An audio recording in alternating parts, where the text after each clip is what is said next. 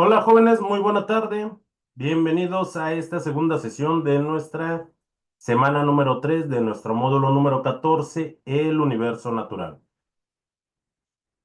Jóvenes estudiantes, el miércoles pasado abordamos sobre nuestra actividad integradora número 5. ¿Alguien tiene alguna duda respecto de la actividad integradora número 5? Recuerden, es muy importante. En la tabla que ustedes tienen que realizar, tienen que colocar las características que tienen los seres vivos y una descripción breve y muy precisa y una imagen que sea representativa de esa característica de los seres vivos que ustedes estén describiendo. Más adelante, ustedes tienen que colocar un cuadro con las características de los seres unicelulares y pluricelulares, o es de eucariotas y procariotas.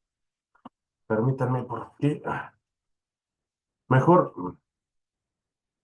Respecto, jóvenes, de en el punto, lo que es el número 4 sobre organismos unicelulares y pluricelulares, son características. Aquí no tienen que ir ejemplos. Así es que tengan cuidado respecto de lo que se nos está pidiendo en nuestra actividad integradora número 5 y lo que ustedes están colocando en esta actividad. ¿Alguien tiene alguna duda en particular respecto de la actividad integradora número 5?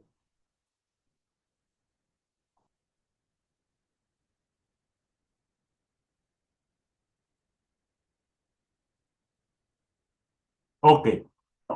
Bueno, entonces vamos a dar explicación a lo que es nuestra actividad integradora número 6 llamada la nutrición.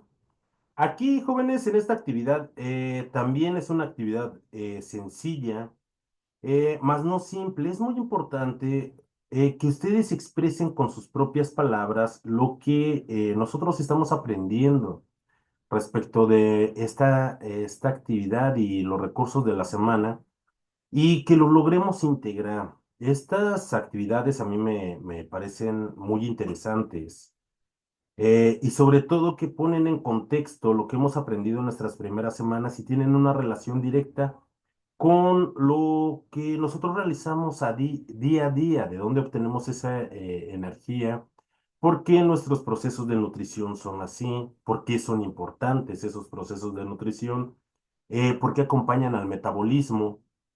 Y eso es algo muy importante dentro de lo que nosotros debemos de integrar respecto de los conocimientos que tenemos en esta semana.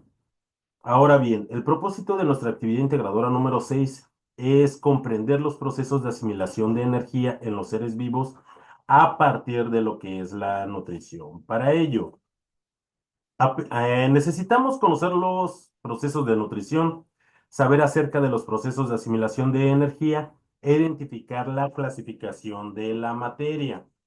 Importante, en un documento en Word, ustedes van a integrar todos los puntos que se nos están solicitando. Y algo importante, a pesar de que no se nos esté pidiendo una portada para esta actividad, que no se exija, mejor dicho, les recomiendo que hagan una portada, porque como les había explicado la semana pasada, eh,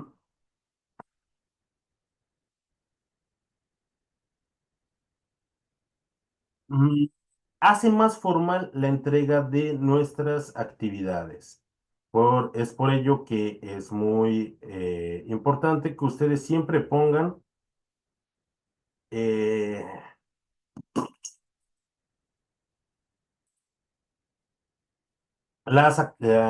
una portada con todos sus datos de identificación al inicio de cada una de las actividades que ustedes envían. Eso hace más formal nuestras entregas. ¿Qué es lo que nosotros vamos a realizar? Vamos a explicar con nuestras propias palabras en un párrafo de entre 5 o 8 renglones la diferencia entre los diferentes tipos de nutrición y alimentación. El miércoles pasado ya hablamos respecto de lo que es nutrición autótrofa y nutrición heterótrofa.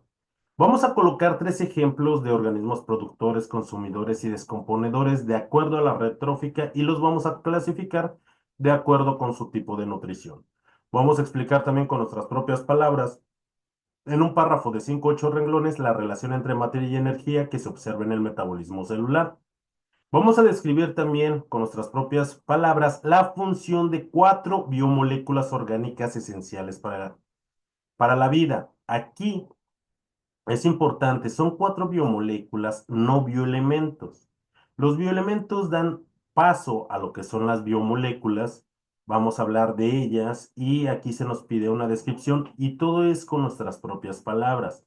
Vamos a explicar también finalmente en un párrafo de 5 o 8 renglones el papel que tiene el anabolismo y el catabolismo en procesos de nutrición y sus diferencias. Vamos a guardar este documento con nuestros apellidos, guión bajo nuestro nombre y la clave de esta actividad, que es M14S3A y C. Ahora bien, nosotros ya habíamos,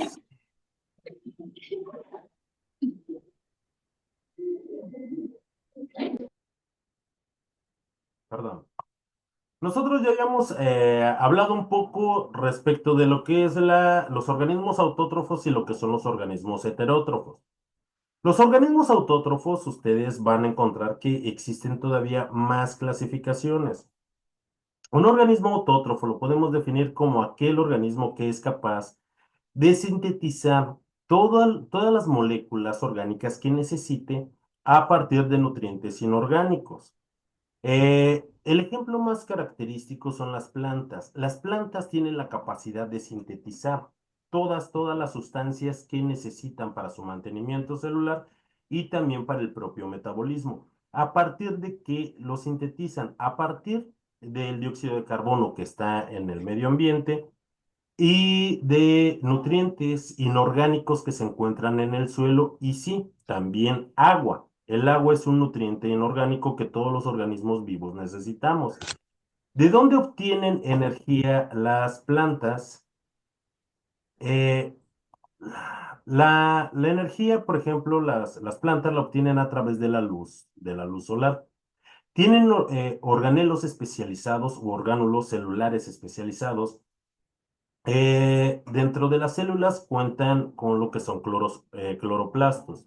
Dentro de los cloroplastos existen estructuras llamadas tilacoides, donde se lleva a cabo el proceso de fotosíntesis. Este proceso de fotosíntesis, eh, en el proceso de fotosíntesis, se toma la energía, estos cuantos de energía, esos fotones, y lo traducen a electrones. Estos electrones se incorporan dentro de las reacciones biológicas del metabolismo de las plantas y de ahí toman esa energía para que las plantas puedan sintetizar todas las sustancias que necesitan para su metabolismo, para su crecimiento y desarrollo y para el propio mantenimiento celular. Así es que los organismos autótrofos son organismos que fabrican prácticamente su propio alimento y todas las sustancias que necesitan. También se les va a conocer como organismos productores. ¿A partir de qué lo fabrican? A partir de sustancias inorgánicas como sales minerales, dióxido de carbono y vapor de agua. De acuerdo al tipo de metabolismo o a partir de esas reacciones biológicas, es un proceso anabólico a partir de moléculas inorgánicas. Recuerden, los procesos anabólicos dentro del metabolismo se dedican a la construcción de estructuras celulares o de ese mantenimiento celular. Las plantas utilizan la energía del sol como una fuente de energía, es decir, utilizan la luz. Las plantas no son los únicos organismos que son autótrofos, sí son los más representativos, los más abundantes y los más importantes. Las plantas son los seres vivos más importantes en la superficie de nuestro planeta. Si no fuera por las plantas, no existiría alimento para todos los demás seres vivos.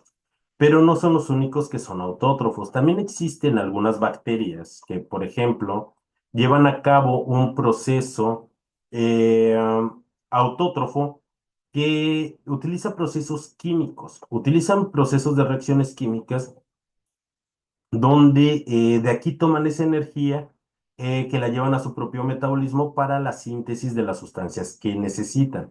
Estos procesos son procesos de oxidorreducción o procesos de nitrificación, donde bacterias utilizan los procesos de oxidación del hierro o de oxidación o reducción del nitrógeno para poder tomar esa energía de esas reacciones y lo asimilan y obteniendo esa energía para su propio metabolismo.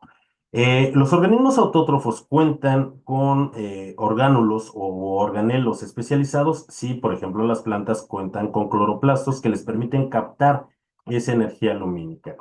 Todas las plantas, vasculares o no vasculares, marinas o terrestres, angiospermas o gimnospermas, todas las plantas son organismos autótrofos. Algunos otros tipos de organismos autótrofos, una muy pequeña cantidad de bacterias son organismos autótrofos también. Recuerden, la mayor parte de las bacterias son organismos heterótrofos, pero existen algunas que son capaces de sintetizar todo lo que necesitan a partir de que toman energía de procesos químicos. Ahora bien, los organismos heterótrofos se van a caracterizar porque son organismos que no pueden sintetizar todas las sustancias que se necesiten. De aquí que los organismos heterótrofos necesitan consumir y alimentarse de esas sustancias que ya han sido preformadas, es decir, necesitan consumir a otros organismos vivos. Por ejemplo, les comentaba la semana pasada, el ser humano consume cerdo, consume res, consume insectos, consume plantas, consume aves, consume peces, crustáceos, realmente todo lo que vuele, repte o se arrastre. El ser humano lo consume. ¿Por qué? Porque nosotros somos incapaces de producir todas las sustancias que nosotros necesitamos. Así es que necesitamos consumir esos nutrientes que se encuentran dentro de otros seres vivos. Por eso el ser humano somos organismos heterótrofos y como nos menciona Elizabeth, nosotros no somos organismos productores, somos organismos consumidores. Ahora bien, todos los animales marinos o terrestres son organismos heterótrofos. La mayor parte de las bacterias son organismos heterótrofos.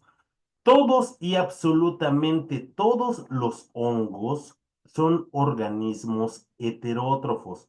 Hay algo muy importante con los hongos.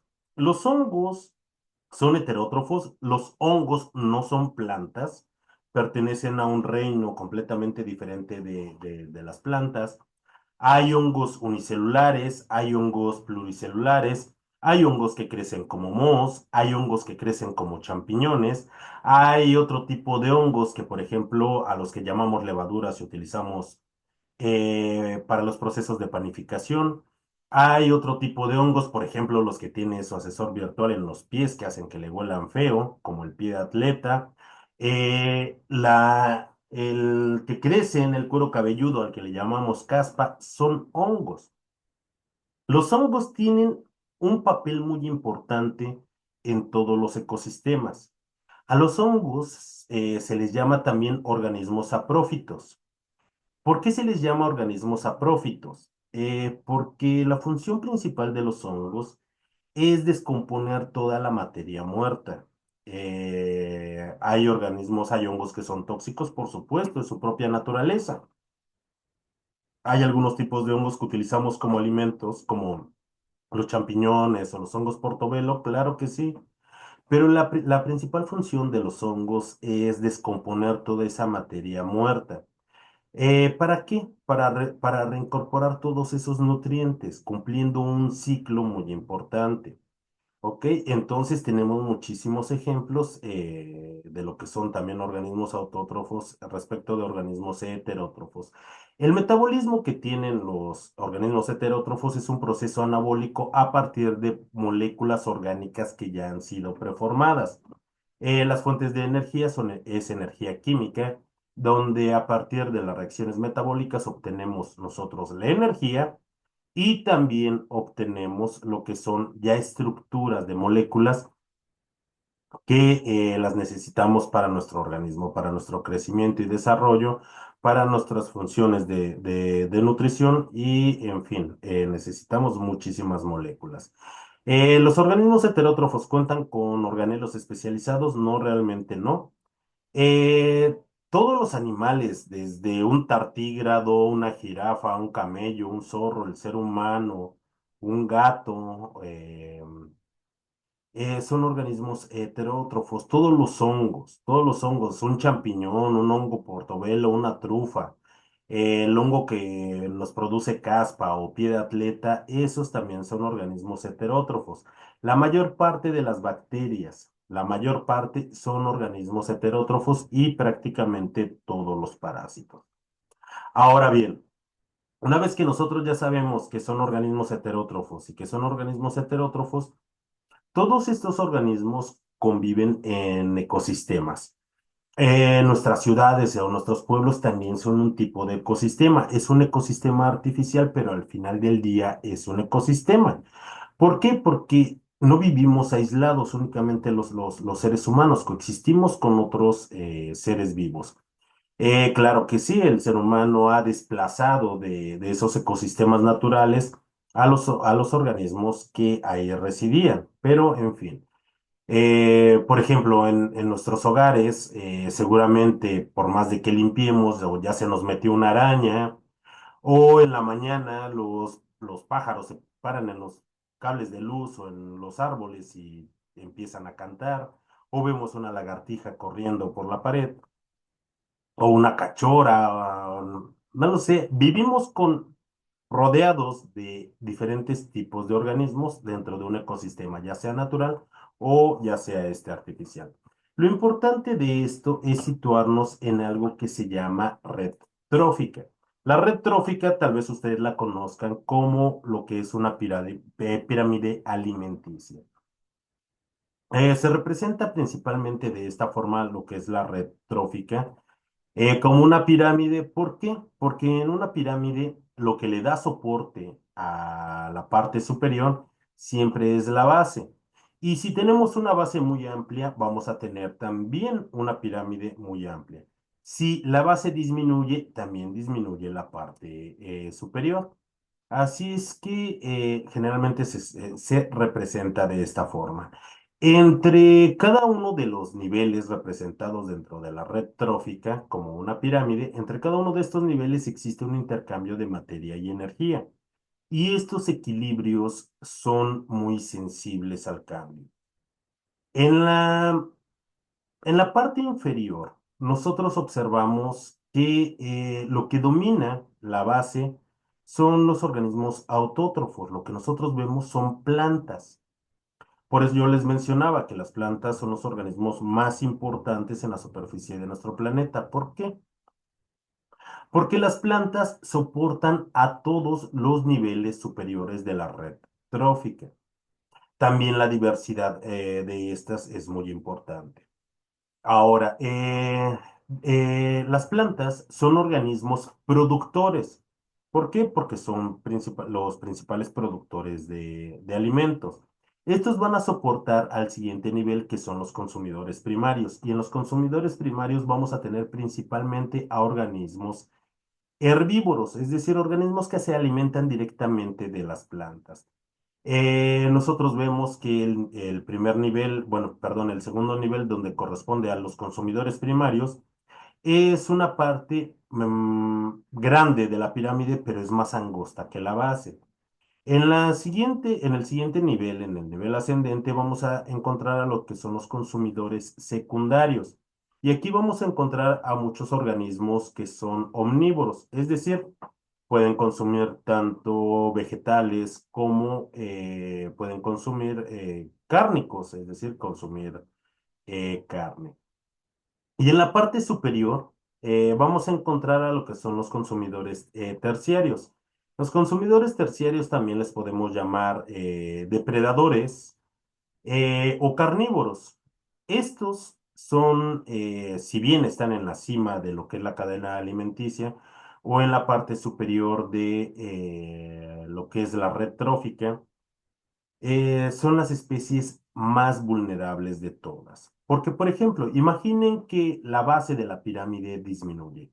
Al disminuir la base, al haber menos plantas, eso repercute directamente en la reproducción y en la cantidad de consumidores primarios, en la cantidad de herbívoros.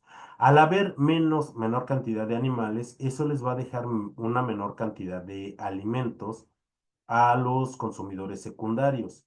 Y esto le va a dejar prácticamente una cantidad muy pobre de qué, de alimentos a los consumidores terciarios o a los depredadores. Si la base de la pirámide aumenta, vamos a tener una cantidad sobrada de alimentos.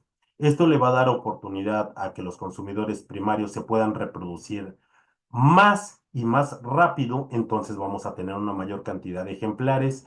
Estos ejemplares van a servir como alimento para los siguientes niveles tróficos. Entonces, entre una mayor abundancia haya, va a haber mayor abundancia para cada uno de los niveles y estos se van a fortalecer. Pero en caso contrario, si la base disminuye, ¿por qué? Por una sequía, porque se ha invadido ese ecosistema y se han desplazado a las especies de las plantas, pues va a repercutir directamente en la cantidad y en la calidad de especies animales que existían en ese tipo de ecosistema. No solamente el cambio climático crea estragos en los ecosistemas, sino también la actividad humana al invadir ecosistemas y desplazar a las plantas y desplazar a todos los animales que tienen un equilibrio muy dinámico, pero también muy sensible dentro de lo que es la red trófica. Y tal vez algunos de ustedes pregunten, bueno, ya vimos a los consumidores primarios, a los secundarios, que hay animales, que hay plantas. Bueno, y si nos menciono que los hongos eran tan importantes, los hongos, ¿dónde están? Los hongos como organismos saprófitos se encuentran en todos los niveles. Y su función es muy importante. ¿Por qué?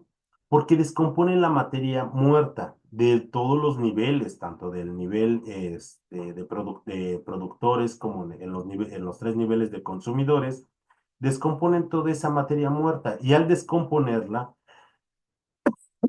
regresan los nutrientes al suelo.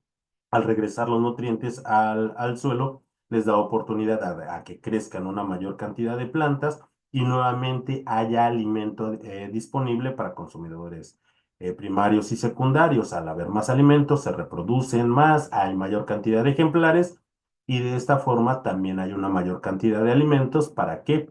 Para los consumidores terciarios o los depredadores. Así es que los hongos se encuentran en cada uno de estos niveles, descomponiendo toda esa materia y reincorporando nuevamente los nutrientes en el suelo. Y bien, no solamente los hongos tienen, bueno, tienen esa función, aunque es una de sus funciones más importantes, también existen algunos otros organismos descomponedores. Por ejemplo, la lombriz de tierra es un organismo descomponedor y además tiene funciones muy importantes en el suelo, ya que al crear perdón, ya que al crear toda esa serie de túneles donde se desplaza, empieza a aerar el suelo y esto es muy bueno para las raíces de las plantas. Existen muchos escarabajos que también algunas de sus funciones es una función de descomposición de nutrientes o de materia muerta. Así es que todos los organismos vivos en los ecosistemas tienen un papel muy importante y un cambio entre cada uno de los niveles repercute en todos los niveles, ¿ok? Así es como le damos una interpretación a lo que es la red trófica. Por ahí preguntaban, oigan, ¿puedo poner alguna ilustración para ejemplificar lo que se me está solicitando? Organismos consumidores, productores y descomponedores. Por supuesto que pueden hacer. No nos lo está pidiendo nuestra actividad integradora, pero tampoco nos lo está prohibiendo. Así es que es su decisión si ponen una imagen o no. No está penalizado el que no lo pongan, tampoco va a valer más si es que se las ponen. Respecto de la nutrición celular, en el proceso de nutrición celular es importante, es un intercambio de materia y energía. Eh, Vamos a poner un ejemplo. Nosotros nos alimentamos ¿por qué? Porque nos da hambre, sí, efectivamente, y el hambre es parte instintiva. Esa hambre que nos provoca es porque estamos deficientes ¿en qué? En la energía que nosotros necesitamos. ¿Para qué necesitamos esa energía? Para nuestras actividades diarias, como es nuestro trabajo, no lo sé, para salir a una fiesta, para salir a hacer ejercicio, para hacer mis actividades de prepa en línea. Cuando descansamos también gastamos energía. Y nosotros no trabajamos no solo un día al año, ¿no? O no descansamos una sola vez al año. Eh, Trabajamos continuamente, estudiamos continuamente, descansamos continuamente y entonces también tenemos que alimentarnos continuamente.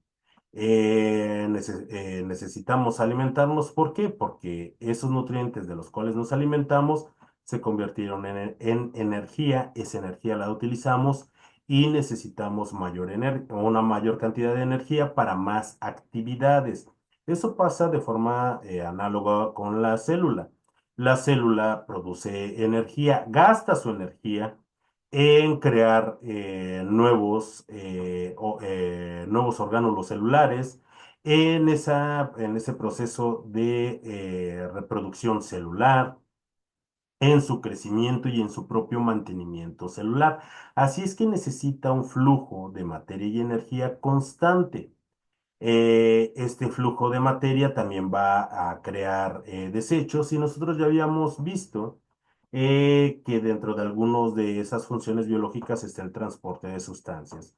Sí, sustancias como nutrientes, sustancias como el oxígeno que es importante para nosotros, pero también el transporte de esas sustancias que nosotros ya no necesitamos. Ahora, ¿por qué necesitamos entonces esa materia? Porque necesitamos nosotros ese mantenimiento celular, necesitamos un crecimiento y sobre todo necesitamos esa producción de energía para nuestras actividades diarias. ¿Para qué necesitamos esa energía? Pues para cumplir con todas las exigencias que nosotros tenemos. Exigencias como un descanso, como un trabajo, como esa diversión. Para todo lo que nosotros hagamos necesitamos energía. ¿Y a partir de dónde nosotros lo obtenemos? Pues a partir de los nutrientes. ¿Y dónde se encuentran esos nutrientes? Esos nutrientes se encuentran dentro de nuestros alimentos. Dentro de nuestros alimentos nosotros vamos a encontrar estas biomoléculas que son muy importantes. Los carbohidratos, los lípidos, las proteínas y los ácidos nucleicos. Nosotros necesitamos, además de eso, más nutrientes. Sí, necesitamos minerales y sobre todo necesitamos agua. El agua, y esta es una biomolécula inorgánica, es esencial para lo que nosotros realizamos, pero es una molécula inorgánica. Las de mayor relevancia ya en procesos biológicos son las moléculas orgánicas. ¿Ok?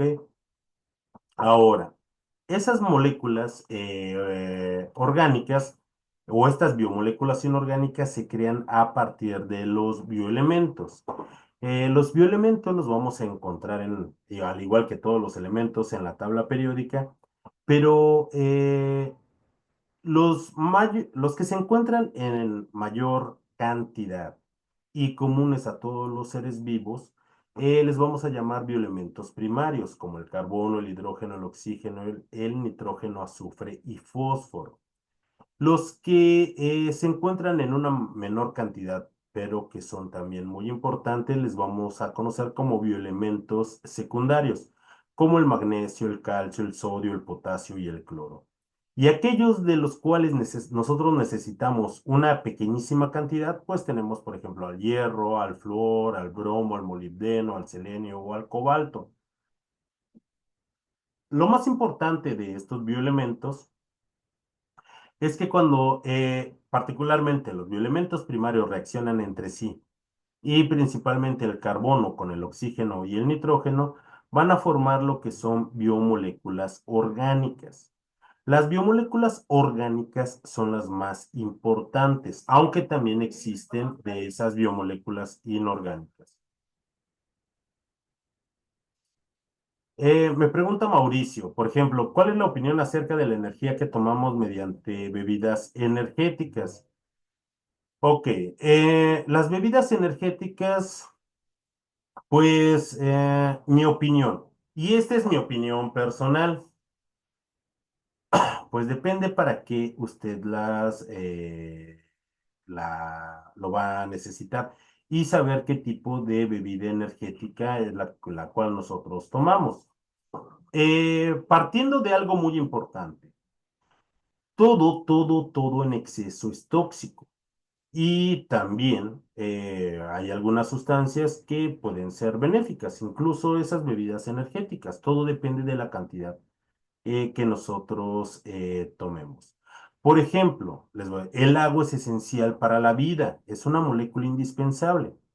El agua se recomienda tomar 2 litros diarios. Si tomamos una menor cantidad a 2 litros, pues podríamos presentar una deshidratación.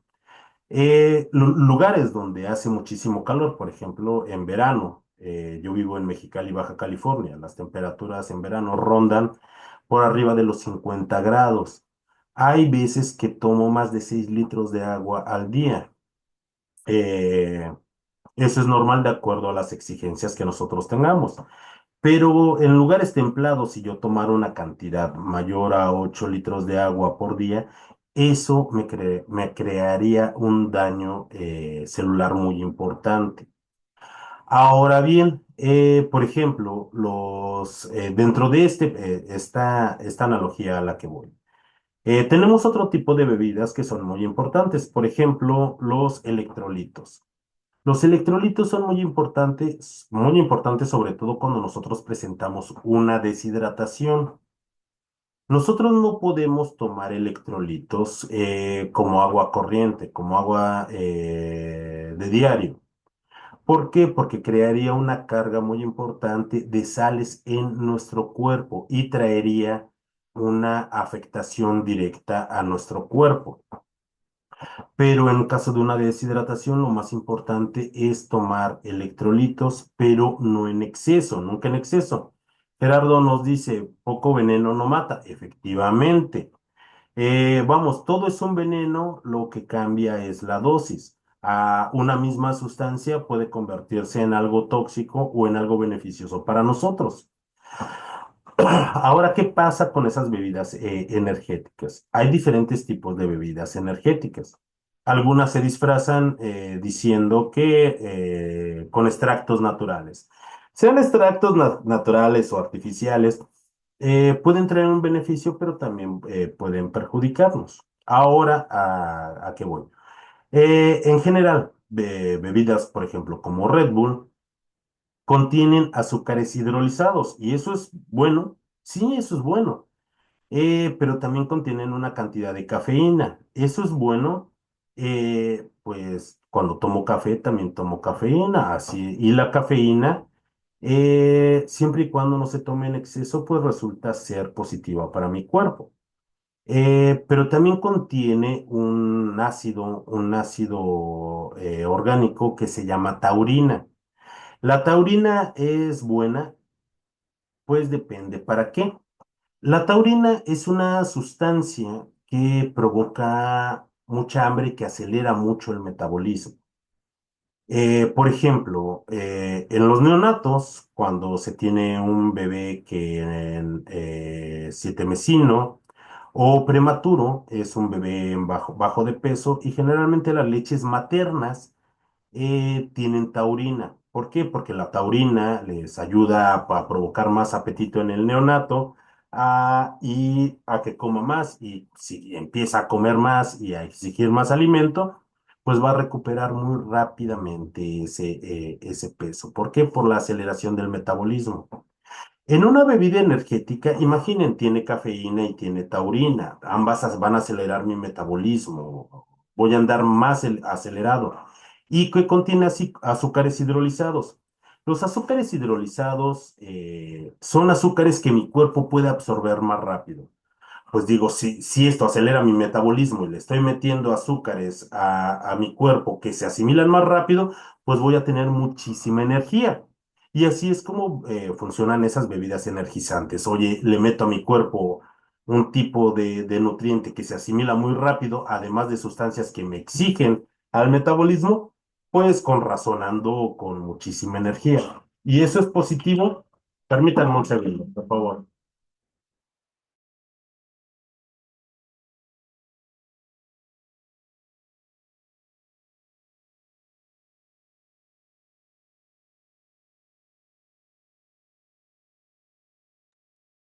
Perdón. Y les decía, entonces esa bebida energética que me va a acelerar mi metabolismo y que me va a dar energía de asimilación muy rápida es positiva, claro que sí. Pero imaginen que yo me paro todo desvelado y le meto a mi cuerpo una bomba que me va a permanecer todavía más despierto y más alerta. Pues mi cuerpo, ¿cuándo va a sufrir o va a necesitar un descanso? Puede que llegue a un choque por cansancio, por falta de sueño.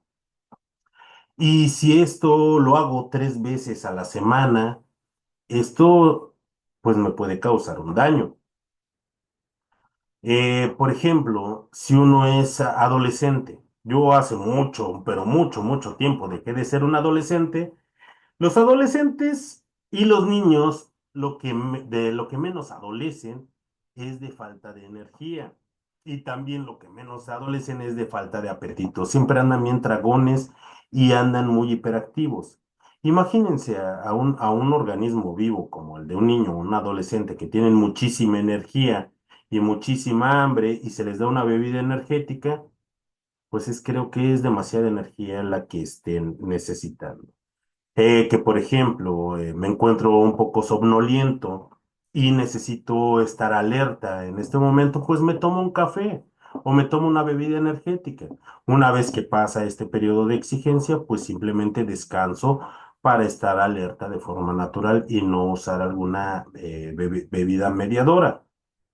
Ahora, imaginen que yo me tomo una Coca-Cola. Una Coca-Cola tiene cafeína y tiene azúcar. Y después me tomo un café. Ay, pero sigo sintiendo cansancio y me tomo una bebida energizante.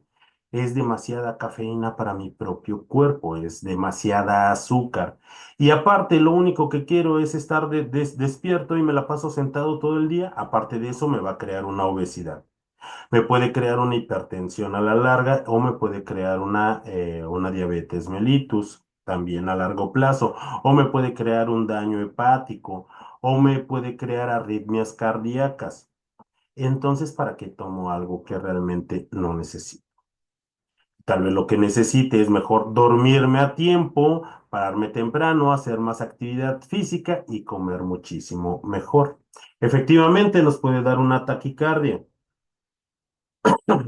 La cafeína no es del todo mala, pero si yo me tomo 6 tazas de azúcar al día, imaginen cómo voy a estar, cómo va a estar mi pulso, cuándo voy a dormir. Y aparte, les digo, lo acompaño de una Coca-Cola y me tomo unas cafeaspirinas, pues todavía va a ser una carga muy grande para mi organismo. Ese es así como funciona principalmente las bebidas energéticas. Tienen azúcares hidrolizados que se asimilan muy rápido y contienen sustancias como cafeína o como taurina, lo cual acelera mi metabolismo y me permite estar más alerta, me procura disminuir el sueño, pero no me lo va a quitar, simplemente lo está aplazando. Al final ese cansancio físico va a tener una repercusión simplemente a la hora de que me toque descansar de a de veras. Ok, bueno, cuando estos elementos primarios reaccionan entre ellos mismos, van a crear lo que son biomoléculas. Las biomoléculas las podemos clasificar como biomoléculas orgánicas y como biomoléculas inorgánicas. Inorgánicas como el agua, como las sales minerales, gases como el dióxido de carbono. Pero las más importantes para los seres vivos son las biomoléculas orgánicas. Vamos a tener principalmente o primeramente a los carbohidratos. Los carbohidratos son polímeros que están hechos de monosacáridos. A esos monosacáridos a veces se les dice de forma indistinta como azúcares y también es correcto. Entonces, los monosacáridos están formados por estas pequeñas moléculas, perdón, los carbohidratos de estas pequeñas moléculas de azúcar. La función principal de los carbohidratos es proporcionar energía en el ser humano. Se hidrolizan, es decir, molecularmente se separan estas unidades y se convierten en energía en mi cuerpo. Los carbohidratos nos proporcionan hasta 4 kilocalorías por gramo.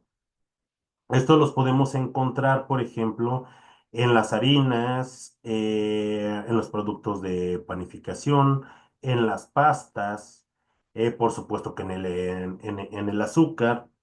Los carbohidratos tienen funciones, también tienen tienen pocas funciones estructurales en nuestro cuerpo, pero esa es su principal función, darnos energía y energía de forma muy rápida. En el caso de las plantas, también les produce energía,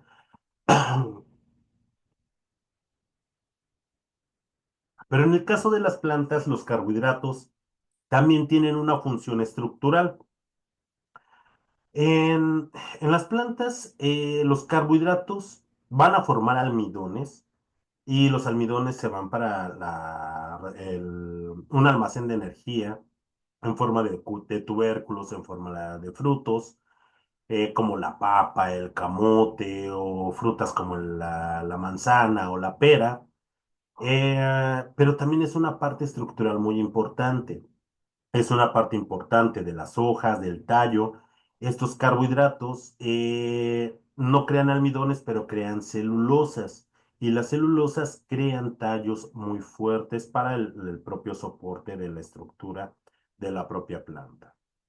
En el ser humano no. En el ser humano para lo único que lo utilizamos es para la producción muy rápida de energía. El arroz no debe de consumirse muy seguido, pues depende. Mm, es que no es de que el arroz, vean, ya vamos a empezar con otra ciencia experimental, como lo es la parte de lo que es la nutrición.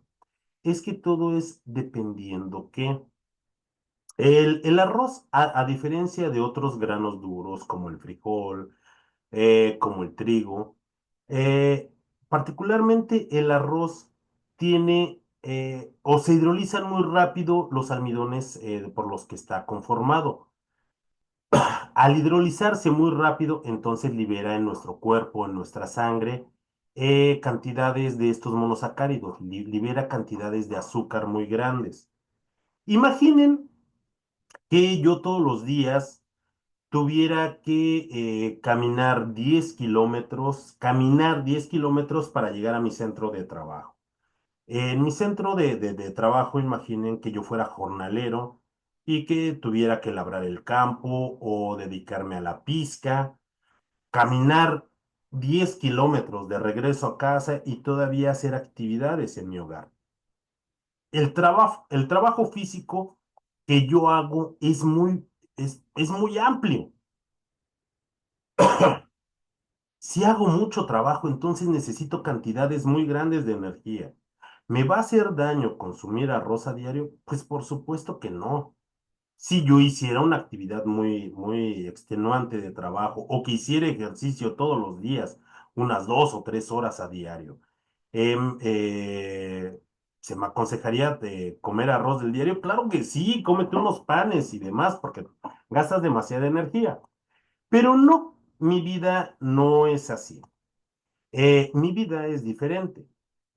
Yo me la paso gran parte del día sentado en un escritorio, tengo muy poca actividad física, de hecho, que casi no camino o ni siquiera camino del trabajo a casa o de la casa al trabajo. Imaginen que comiera grandes cantidades de arroz o de cualquier otro tipo de carbohidrato.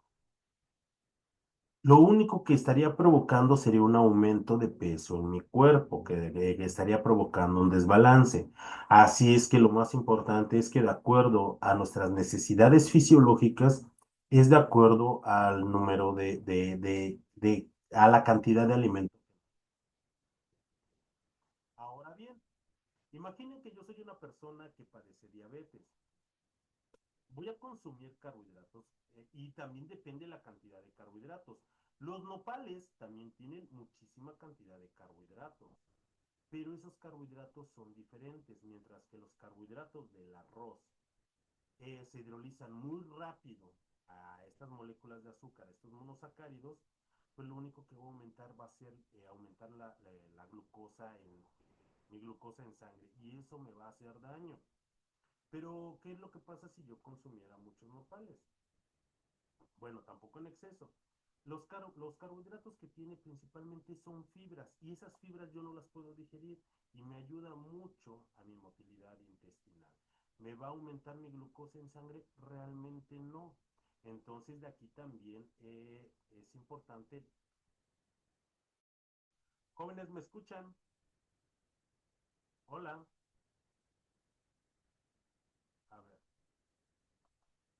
A ver, jóvenes, ¿así me escucho mejor? Hola.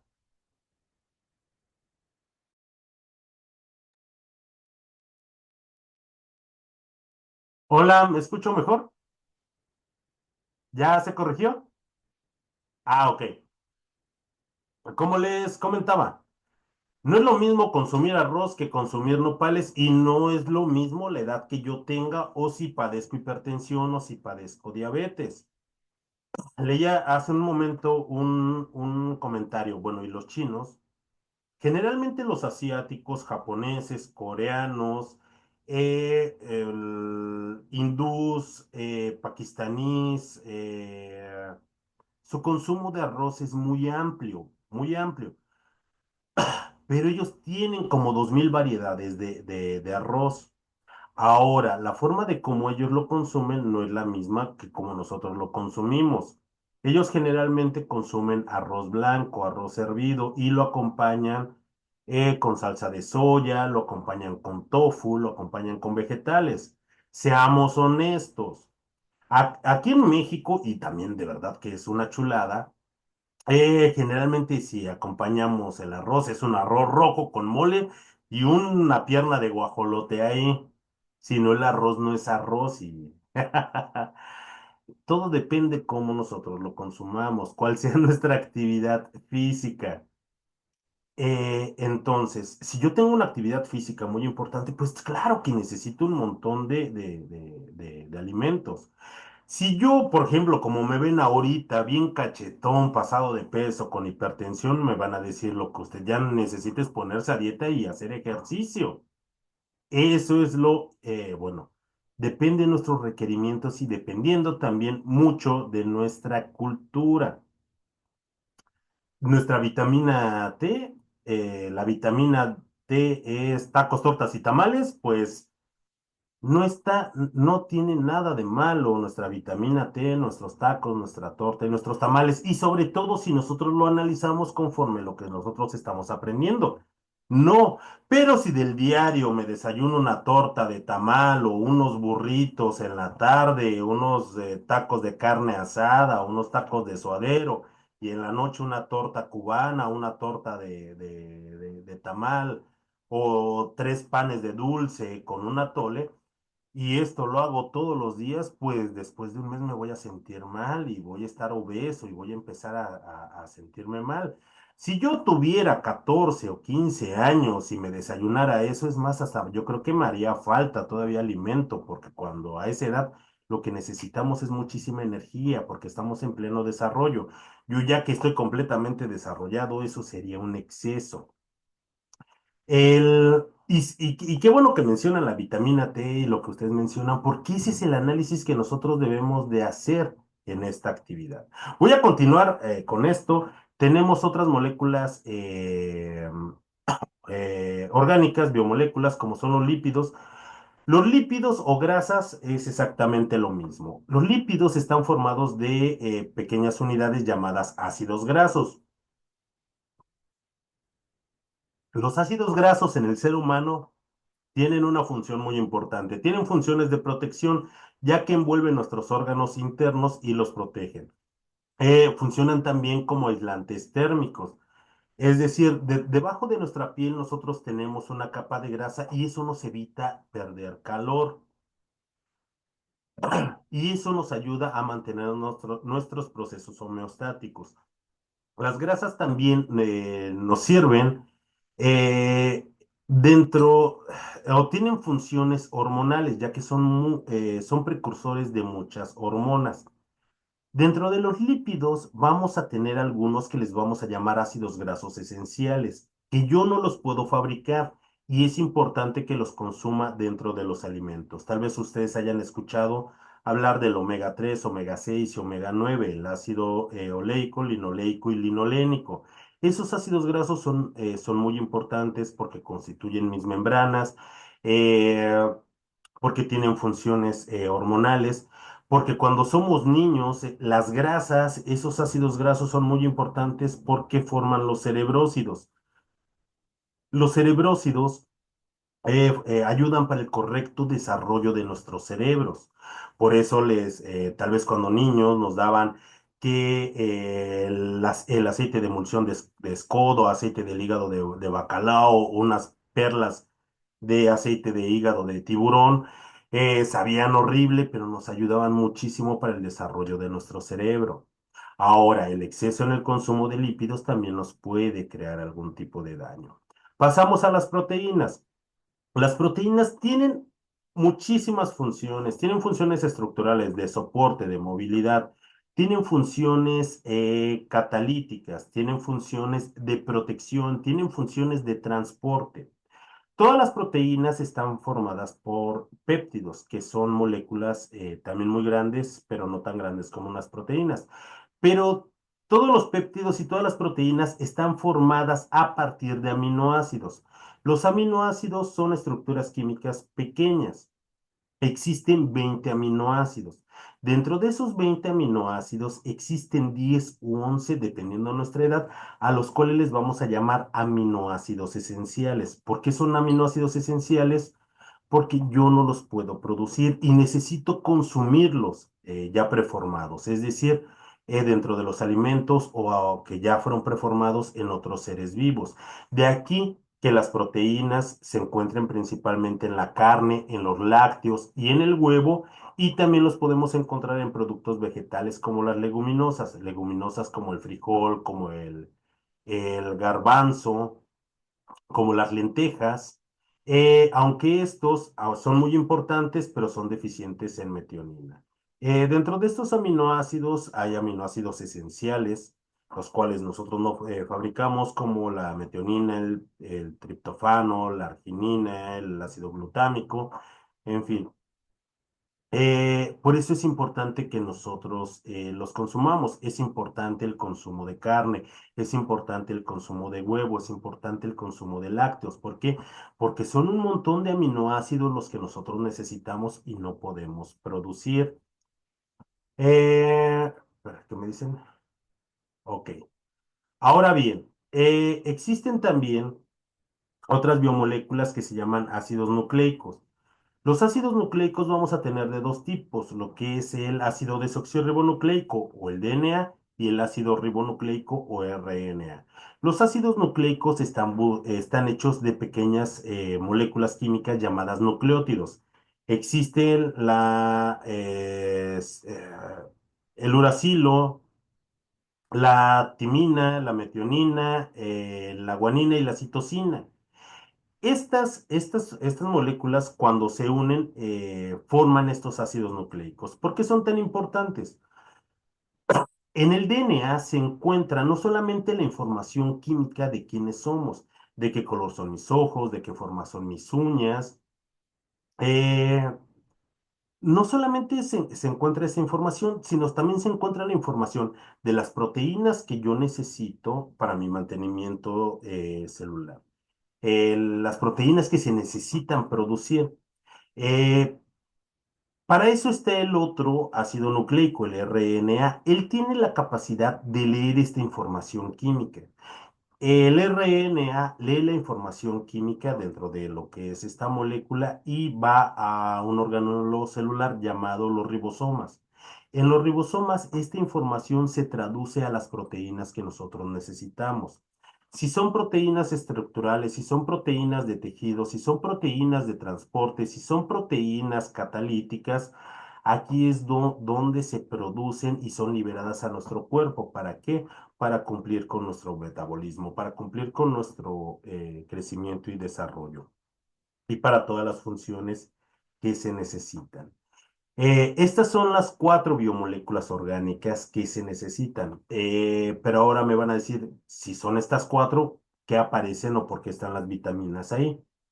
Les coloco las vitaminas porque las vitaminas, no todos los autores las consideran como biomoléculas orgánicas.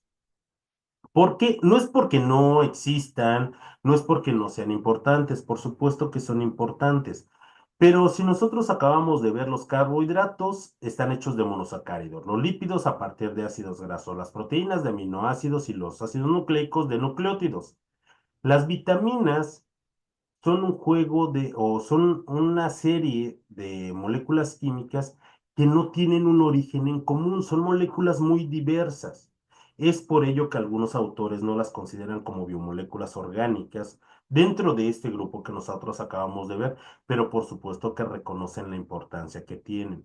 Las vitaminas las necesitamos en una pequeñísima cantidad, pero también son muy importantes. Si nosotros consumimos un exceso de vitaminas, también nos puede hacer daño. Por eso nosotros necesitamos consumir alimentos de forma equilibrada. Que está mal, no lo sé, comerse una torta, comerse una pizza. Claro que no, pero hacer eso a diario o hacer eso 3 veces al día, por supuesto que nos hace daño. Tomar refresco nos hace daño. Si nosotros ya tenemos una enfermedad como lo es la diabetes o sufrimos de hipertensión, pues nos va a hacer daño. Perdón. Eh, pero es malo tomarla si no tengo algún padecimiento, claro que no. Pero tomarme una Coca-Cola de 3 litros en la comida y después una de 1 litro en la cena y así todos los días, pues por supuesto que nos va a hacer daño. Pero ojo, recuerden, ¿el agua es buena? Claro que sí, pero si yo me tomo 8 litros diarios, pues me voy a enfermar pasados 15 días, porque eso tampoco no es bueno. Recuerden, todo necesita un equilibrio. Tal vez me permita hoy en la cena y sobre todo que es viernes, claro que me voy a ir a comer unos taquitos de suadero, unos taquitos de carne asada. Eh, no lo sé, pero el día de mañana me pongo a hacer ejercicio o bien me voy a desayunar unos vegetales o lo voy a complementar de modo que sea equilibrada nuestra dieta y nuestra alimentación para evitar tener enfermedades y si yo ya tengo una, para evitar de que ésta se manifieste de forma grave. Ok, y bueno, nosotros ya habíamos explicado lo que era el metabolismo. El metabolismo, recuerden que son una serie de reacciones químicas que nuestro cuerpo le vamos a llamar reacciones biológicas.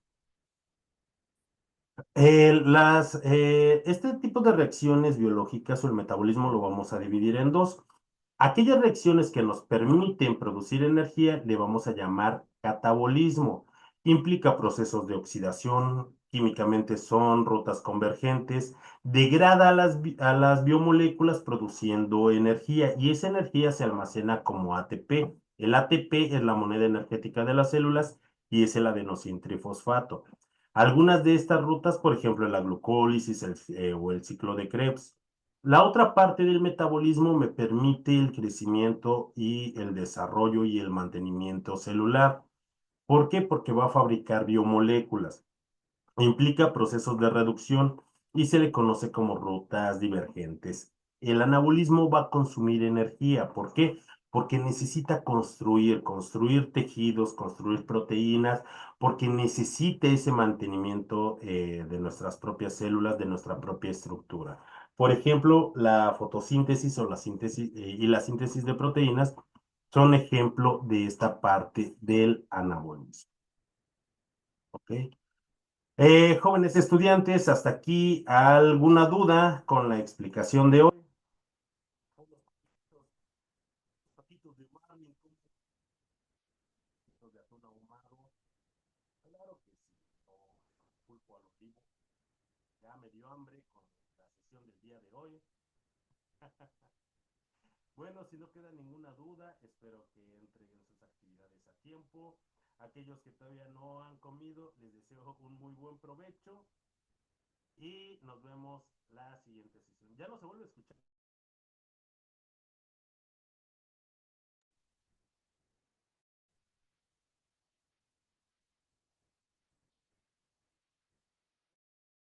Hola, hola, ¿ya me escucho? Bueno, si ya me escucho, hasta luego y que tengan un excelente fin de semana. Adiós.